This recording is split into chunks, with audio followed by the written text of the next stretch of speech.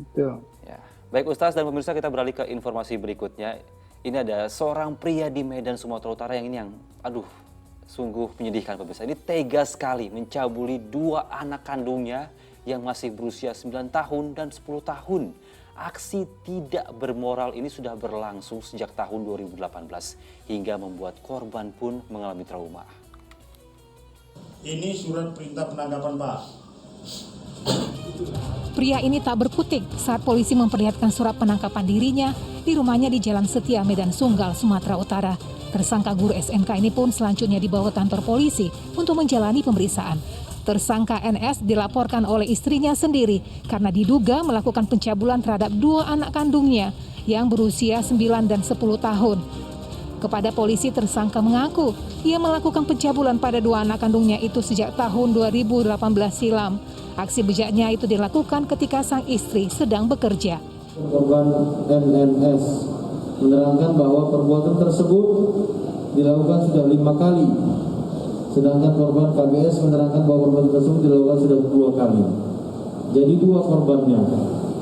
Satu korban anak kandungnya beliau sendiri perempuan, dan juga korban yang kedua yang dicabuli adalah anak kandungnya sendiri berjenis kelamin laki-laki. Atas perbuatannya, tersangka dijerat Undang-Undang tentang Perlindungan Anak dengan ancaman hukuman 15 tahun penjara. Tuti Alawiya Lubis melaporkan dari Medan, Sumatera Utara.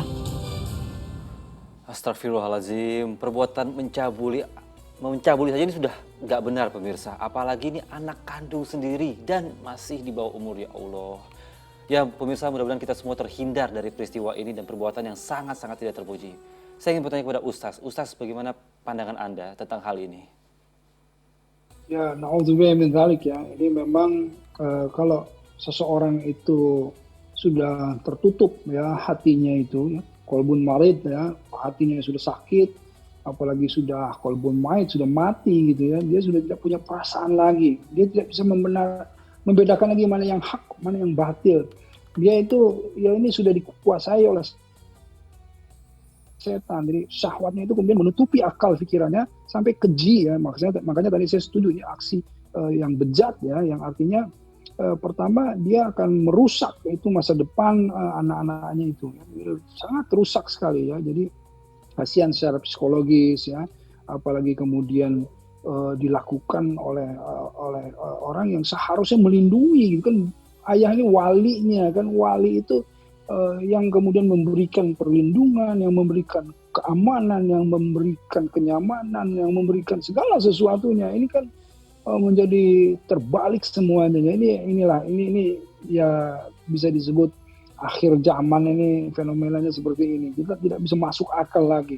Dimana kita tidak bisa lagi menyambung ya, akal sehat kita tidak bisa lagi masuk ya ketika manusia bisa melakukan hal yang tidak mungkin dilakukan oleh makhluk yang paling bejat sekalipun begitu ya, misalnya itu manusia bisa sampai ulaika hum syarrul bariyah.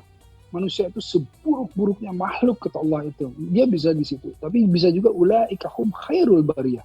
Manusia itu sebaik-baiknya makhluk yang diciptakan oleh Allah. Nah, ini akhlaknya inilah yang menentukan apakah dia menjadi seburuk-buruknya makhluk ciptaan Allah atau sebaik-baiknya makhluk ciptaan Allah. Kira-kira seperti itu. Ya Ustadz, ada satu pertanyaan lagi terkait ibu kandungnya ini Ustadz. Bagaimana mungkin apa yang harus dilakukan sang ibu sendiri untuk bisa memulihkan trauma yang pasti dialami oleh dua anaknya ini? Mungkin ada saran dari Ustadz.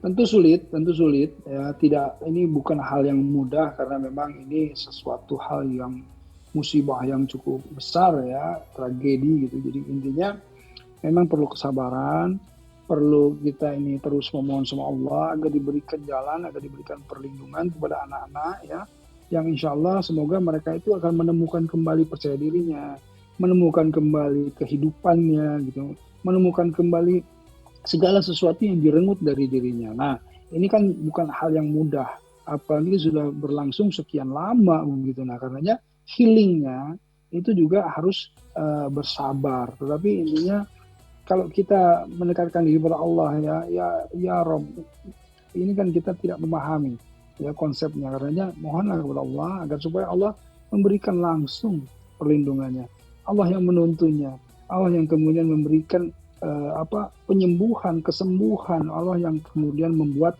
masa depan mereka itu akan jauh lebih baik dari apa-apa yang sekarang mereka terima. Insya Allah kita doakan saja sama-sama. Baik, baik. Terima kasih Ustaz.